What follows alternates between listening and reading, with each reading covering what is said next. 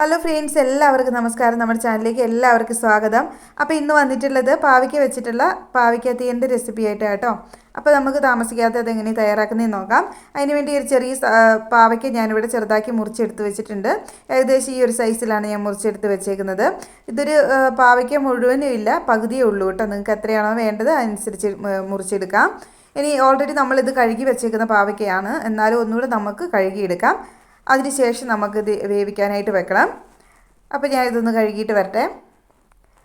പാവയ്ക്കൊക്കെ ഇവിടെ കഴുകിയിട്ടുണ്ട്. ഇനി അതിലേക്ക് മഞ്ഞൾപ്പൊടി ചേർത്ത് കൊടുക്കാം. അതുപോലെ ചെറുതാക്കി അരിഞ്ഞു വെച്ചിരിക്കുന്ന തേങ്ങാക്കൊത്ത് ചേർത്ത് കൊടുക്കാം.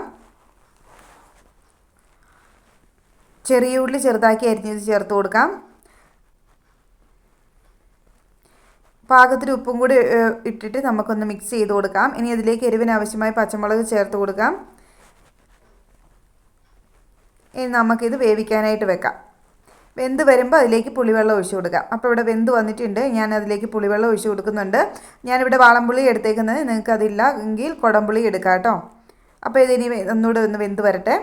അപ്പോൾ ഞാനിവിടെ തേങ്ങയൊക്കെ വറക്കാൻ വെച്ചിട്ടുണ്ടായിരുന്നു ഓൾറെഡി.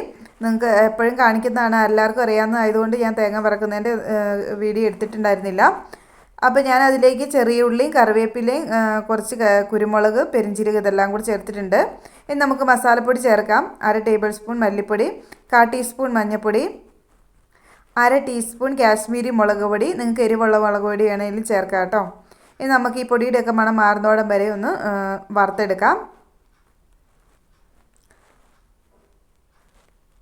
അപ്പോൾ പൊടിയുടെയൊക്കെ മണം ഇവിടെ മാറി വന്നിട്ടുണ്ട്, റെഡി ആയിട്ടുണ്ട്. ഇനി നമുക്ക് തണുത്തിട്ട് അരച്ചെടുക്കാം.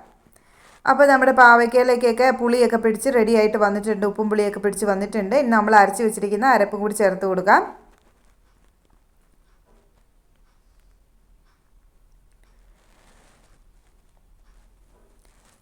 ഒന്ന് മിക്സ് ചെയ്ത് കൊടുക്കാം. ഇനി ആ മിക്സി ജാറിലേക്ക് കുറച്ച് വെള്ളം കൂടി ഒഴിച്ചിട്ട് അതും കൂടെ കറിയിലേക്ക് ഒഴിച്ച് കൊടുക്കാം. ഇനി നമുക്ക് കറി ഒന്ന് തിളയ്ക്കാനായിട്ട് വെക്കാം. ആ എണ്ണയൊക്കെ തെളിഞ്ഞ് വരണം, അതുവരെ നമ്മുടെ കറി തിളയ്ക്കണം കേട്ടോ. അപ്പോൾ ഇവിടെ എണ്ണയൊക്കെ തെളിഞ്ഞ് വരുന്നുണ്ട്. ഈ സമയത്ത് ഉപ്പൊക്കെ ഉണ്ടോ എന്ന് നോക്കാം കേട്ടോ. അപ്പോൾ നമ്മുടെ കറിയൊക്കെ ഇവിടെ റെഡി ആയിട്ടുണ്ട്. ഇനി ഇത് തണുത്ത് കഴിഞ്ഞിട്ട് കഴിക്കുന്നതാണ് നല്ല ടേസ്റ്റ് കേട്ടോ.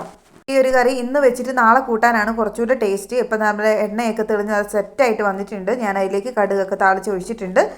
അപ്പോൾ നല്ല ടേസ്റ്റാണ്, ഒട്ടും കയ്പൊന്നും അങ്ങനെ അറിയൊന്നുമില്ല കേട്ടോ. നല്ല ടേസ്റ്റാണ്. അപ്പോൾ തണുത്ത് കഴിഞ്ഞിട്ട് ഈ കറി കഴിക്കുന്നതായിരിക്കും കുറച്ചുകൂടെ ടേസ്റ്റ്. അപ്പോൾ എല്ലാവർക്കും ഇന്നത്തെ ഈ കുഞ്ഞു വീഡിയോ ഇഷ്ടപ്പെട്ടെന്ന് വിചാരിക്കുന്നു. ഇഷ്ടപ്പെട്ടാൽ ലൈക്ക് ചെയ്യണം, ഷെയർ ചെയ്യണം, അതുപോലെ സബ്സ്ക്രൈബ് ചെയ്ത് സപ്പോർട്ടും കൂടി ചെയ്യണം കേട്ടോ. അപ്പോൾ അടുത്ത നല്ലൊരു വീഡിയോ ആയിട്ട് വരുന്നോടം വരെ thank you for watching. Bye bye.